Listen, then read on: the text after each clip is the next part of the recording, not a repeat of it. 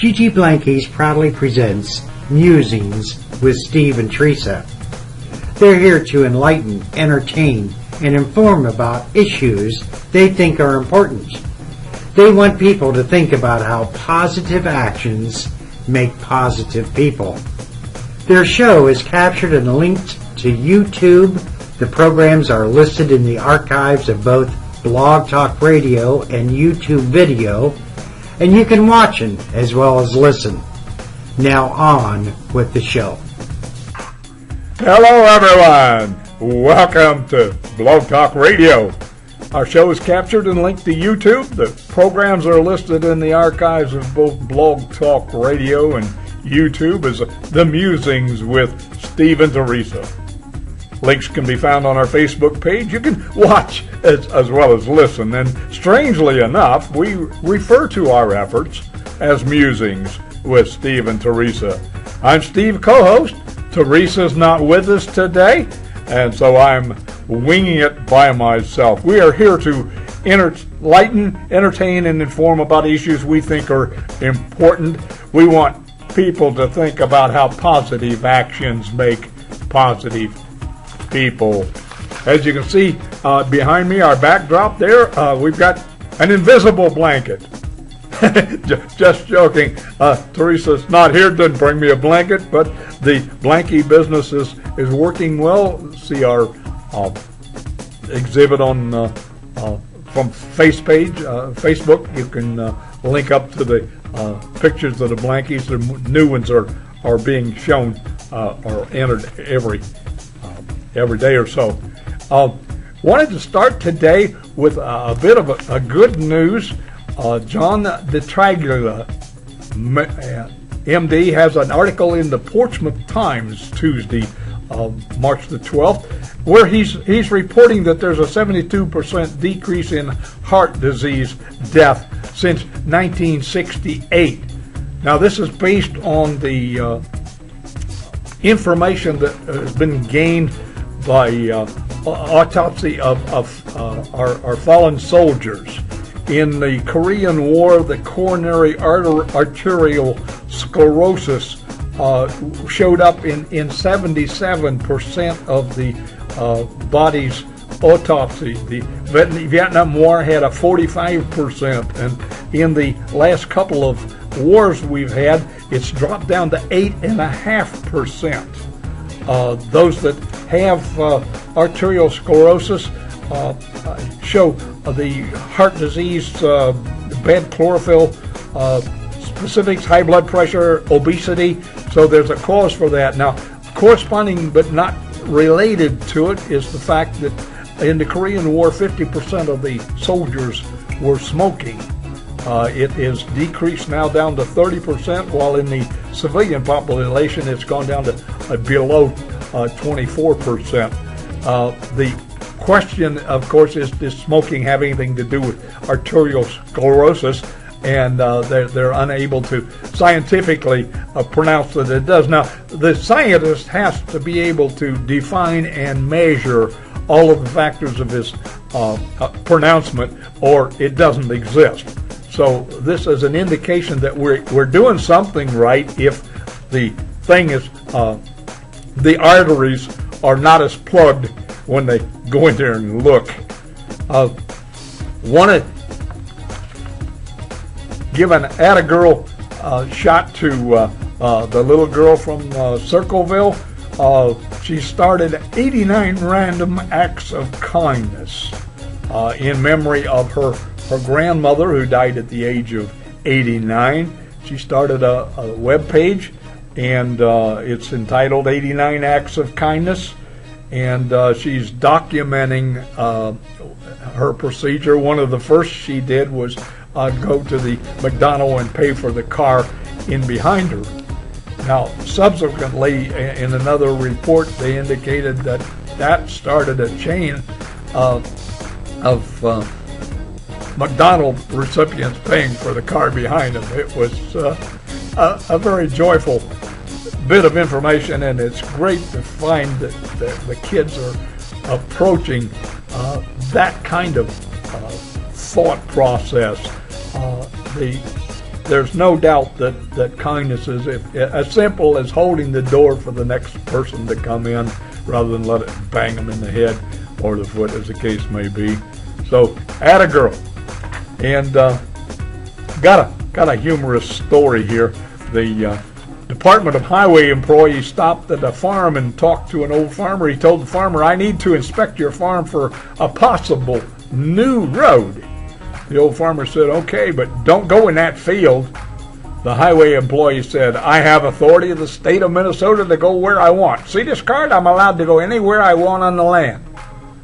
So the old farmer went on about his chores, and later he heard loud screams and saw the Department of Highway employees running for the fence, and close behind him was the farmer's prize bull. The bull was madder than a nest of full hornets, and the bull was gaining on the employee every step, and the farmer called out, "Show him your card!" So much for small-time bureaucracy. I have a personal war against those who don't wait for the right answers.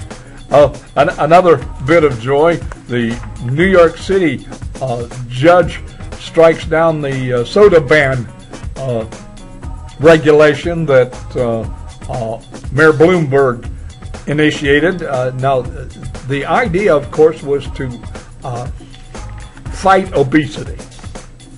And by simplification, they got down to the thing is the big 32-ounce glasses of soda are the culprit for obesity in New York City. So he wanted a ban on 32-ounce containers. You could only serve 16 ounces of soda at a time. Now, they didn't talk about beer, and they didn't talk about juices, and you could still get the pitcher of beer at the Pizza Hut, but you can't get a pitcher of diet soda because they want to outlaw that. Well, the judge said that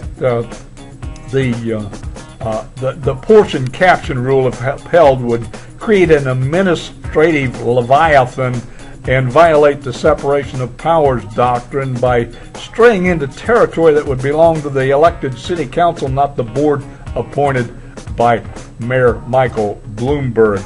The rule has the potential to be more troubling than the sweetened beverages. And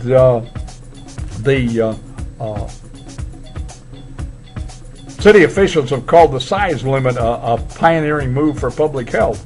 But the question is, does city council have, or the city government, or any government for that matter, have the authority and to regulate? Now, they're doing it with cigarettes roundabout. You can't smoke in a public building.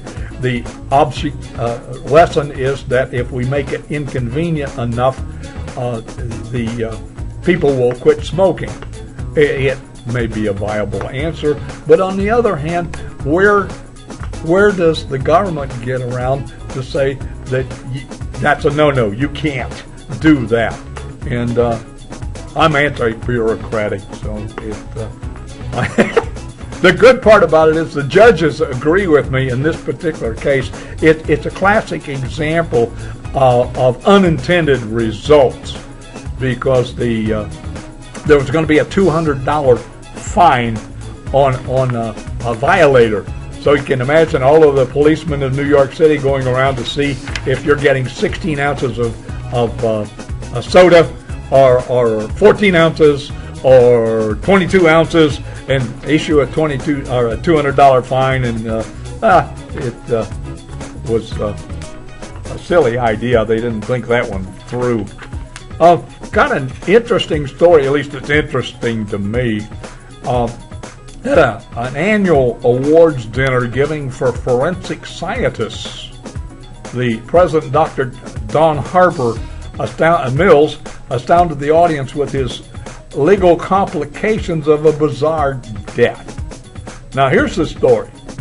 On March the 23rd, 1994, the medical examiner viewed the body of Roland Opus and concluded that he died from a shotgun wound to the head. The decedent had jumped from the top of a 10-story building intended to commit suicide. He left a note to that effect indicating his despondency. As he fell past the 9th floor, his life was interrupted by a shotgun blast passing through a window, which killed him instantly. Neither the shooter nor the decedent was aware that a safety net had been installed just below the 8th floor level to protect some building workers, and that Ronald Opus would not have been able to complete his suicide the way he had planned. Now, ordinarily, Dr. Mills continued, a person who sets out to commit suicide and ultimately succeeds, even though the mechanism might not be what he intended, is still defined as committing suicide. Mr. Opus was shot on the way to certain death 9 stories below at street level, but his suicide attempt probably would not have been successful because of the safety net. This caused the medical examiner to feel that he had a homicide on his hands. The room on the 9th floor from which the shotgun blast emanated was occupied by an elderly man and his wife. They were arguing vigorously, and he was threatening her with a shotgun. The man was so upset that when he pulled the trigger, he completely missed his wife, and the pellets went through the window, striking Mr. Opus as he fell down the building. When one intends to kill a subject A but kills subject B in the attempt, one is guilty of the murder of subject B. When confronted with the murder charge, the old man and his wife were both adamant. They both said they thought the shotgun was unloaded. The old man said it was his long-standing habit to threaten his wife with the unloaded shotgun. He had no intention to murder her. Therefore, the killing of Mr. Opus appeared to be an accident. That is, the gun had been accidentally loaded. Continuing investigation turned up a witness who saw the old couple's son loading the shotgun about 6 weeks prior to the fatal accident. It transpired that the old lady had cut off her son's financial support, and the son, knowing the propensity of his father to use the shotgun threateningly, loaded the gun with the expectation that his father would shoot his mother. The case now becomes one of murder on the part of the son for the death of Ronald Opus. Now comes the exquisite twist. Further investigation revealed that the son was in fact Ronald Opus. He had become increasingly despondent over the loss of his financial support and the failure of his attempt to engineer his mother's murder. This led him to jump off the 10-story building on March the 3rd, only to be killed by a shotgun blast passing through the 9th-story window. The son had actually murdered himself, so the medical examiner closed the case as a suicide. Now, I'm almost left speechless because the adventures there and the intricacies, it brings predestination into play, and I don't believe in that. But nonetheless, Ronald Opus got himself shot. The two bills, well worn, were arrived at the Federal Reserve Bank to retire. The distressed $1 bill and the distressed $20 bill moved along the conveyor belt to the burner, and they struck up a conversation, and the $20 bill reminisced about its travels all over the country. I've had a pretty good life, the $20 bill said. I've been to Las Vegas, Atlantic City, the finest restaurants in New York, performances on Broadway, even a cruise on the Caribbean. Wow, said the $1 bill, you really had an exciting life. So tell me, said the 20, where have you been throughout your lifetime? The $1 bill says, oh, I've been to the Methodist Church, the Baptist Church, the Presbyterian Church, the Lutheran Church. And the $20 bill interrupted to query, what's a church? I'll bet you he didn't go to church very often. Now, they found on the internet a story about Obie Cargill, a Cincinnati, Ohio retiree, was stopped by policemen for having a tail light that was out, and he ended up with a ticket that was $165, and he said he wasn't going to pay it, told the judge. He said, I'd rather go to jail.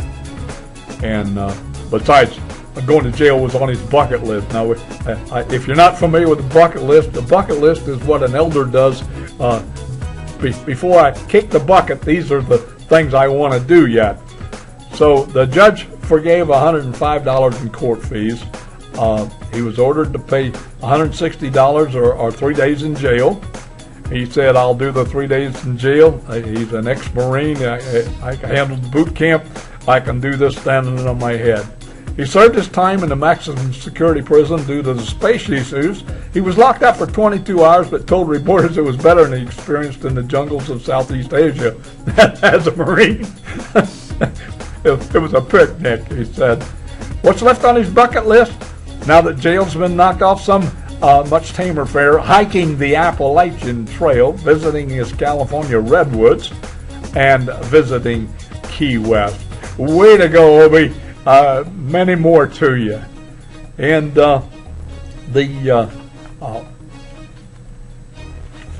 reported an excavation of an ocean find, a Viking ship, and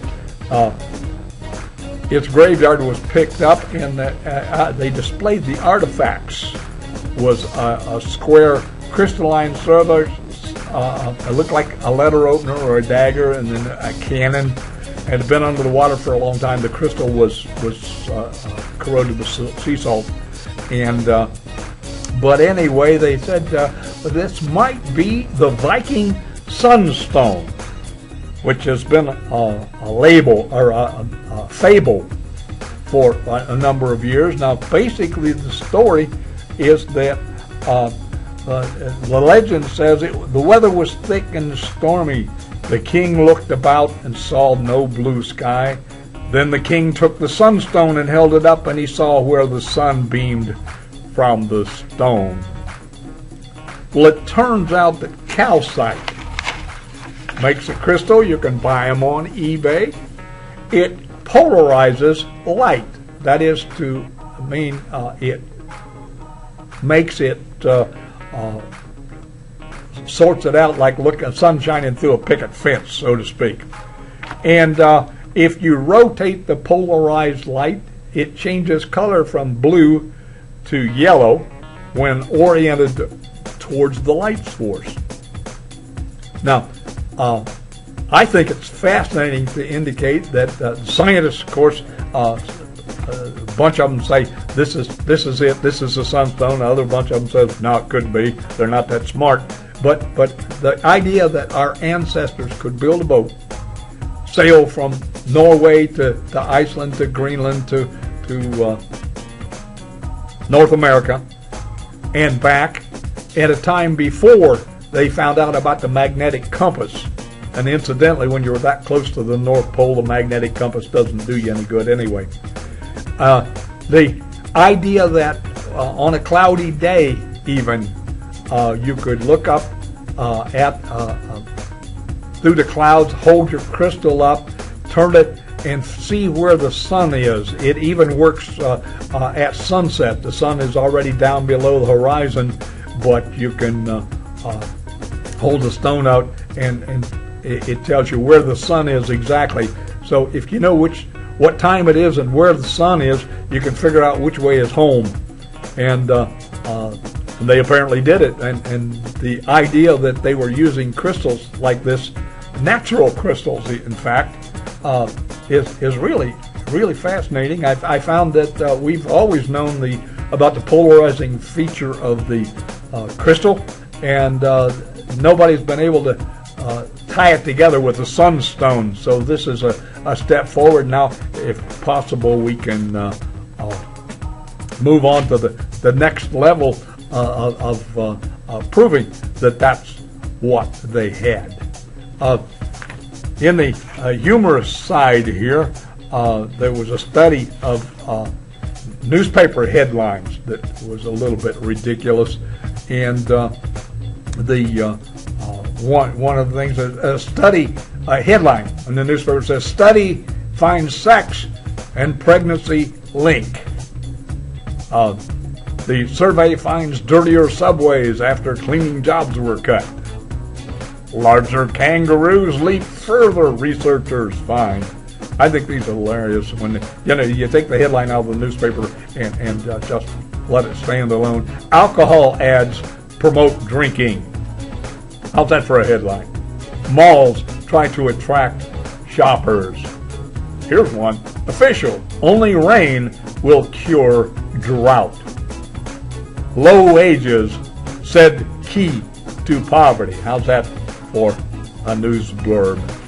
The thing that I have a personal experience against, the protection from whooping cough vaccine, pertussis, if you want the other word. The little one gets vaccinated against whooping cough and tetanus about 5 times before the age of 6, but a new study published in the journal Pediatrics finds that the protection against pertussis starts to weaken just a few years after the preschool kids got their final shot and well before children get their recommended booster cap at the age of 11 or 12. And they found out that the 10 or 11-year-old kids were catching the whooping cough and at a rising percentage. Years ago, I was appointed disaster chairman for the Red Cross, and without portfolio, so to speak, and we had a minor flood in the lowlands on the Scioto River, and the Red Cross evacuated people in the lowlands and into a school in Lucasville, Ohio, and I didn't have anybody to represent the Red Cross, so I was volunteered as the supervisor of the emergency shelter. And one of the families had a kid with whooping cough, so we segregated him and went into the school. And since I had already had whooping cough, I thought, I acted as liaison between the rest of the group and the isolated members of the community. And the water went down and the people went back to their homes, and I went back to my job. And about a week later, I came down with no less whooping cough. So my immunity didn't last into my adulthood, and I don't know whether you'd want to go get a whooping cough shot or not, but if you're around people with whooping cough, it might be something that you want to pay attention to. Now, I thought was interesting was the Princess Lilian of Sweden died at the age of 97. It turns out that this was the Duke of Windsor was not the only royalty that had a divorced commoner romance, and it turns out that Princess Lilian went to London, or got to London when she was 16. Became an entertainer, met a husband in the show business. Then the war started. He went off the war. She did her thing. She was 29 years old when she met the Prince of Sweden. Now, he was 3rd or 4th in line to be the King of Sweden. And his brother had a baby who was only about 6 weeks old when his father, the king, died in an airplane crash, and that made the Prince of Sweden eligible for the succession of the Swedish throne if the child didn't survive. And so the then king prescribed that the prince not marry a commoner as had his brothers and sisters, and so he was the only one in line for succession to the kingship. He was 65 years old when the king finally said, "Okay, the kid is gonna live and take over the throne. You can get married." The Princess Lilian and the prince did get married. They lived together. They were 65, and she lived till 97. He died about 10 years ago, and she became beloved to the Swedish people because of they received the awards ceremonies and christening ships and so forth. This was her duty, and because of her philanthropical work and her personality, she became beloved, and they announced to the world that she had passed. It was an interesting development. Some strange things that happened to strange people. The police in Rhode Island, New York, or in Portsmouth, Rhode Island, charged Gregory Rosa with a string of vending machine robberies in January when he fled from the police inexplicably when they spotted him loitering around the vending machines, and later tried to post his bond with $400 bail in coins. They didn't do it. The drug possession defendant, Christopher, went on trial in March in Pontiac, Michigan, said he'd been searched without a warrant. The prosecutor said the officer didn't need a warrant because a bulge in Christopher's jacket could have been a gun. Nonsense, said Christopher, who happened to be wearing the same jacket that day in court. He handed it over to the judge so the judge could see it. The judge discovered a packet of cocaine in the pocket and laughed so hard he required a 5-minute recess to compose himself. And I assume that he was convicted.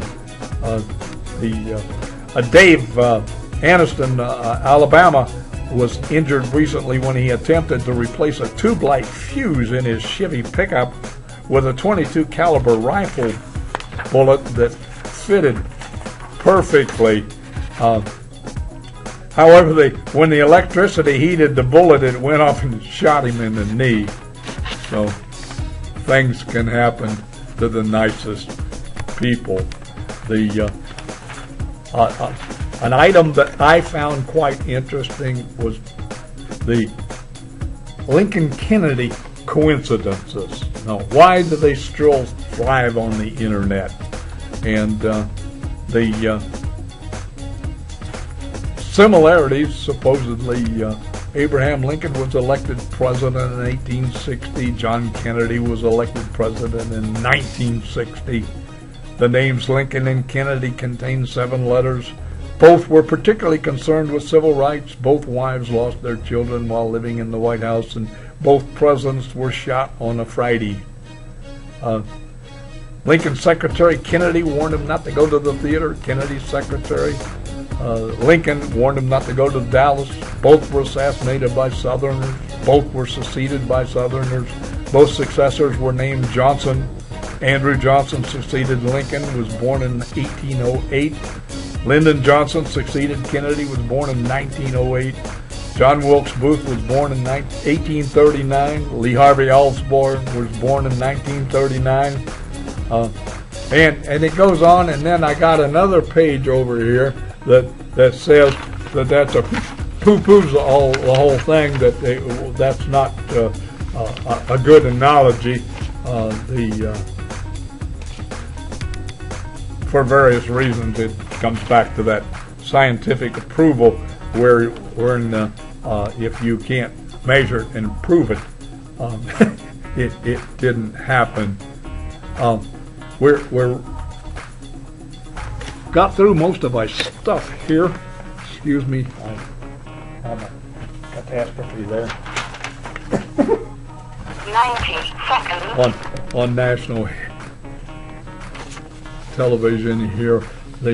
Our mission on these Blog Talk radio presentations is to stimulate your thinking, prod your mind into new channels, pump up your interest in life, rebuild your enthusiasm.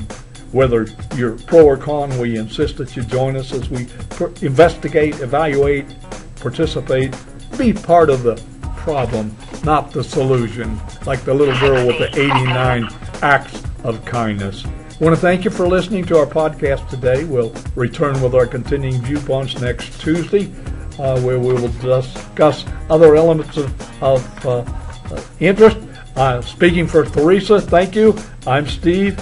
Think positive, be positive, live positive, and enjoy. Goodbye. Gigi Blankies, thank you for listening to the podcast today. This program is archived at Blog Talk Radio, captured and archived for YouTube video, and linked to Facebook as Musings with Steve and Teresa. Think positive, be positive, live positive, and enjoy.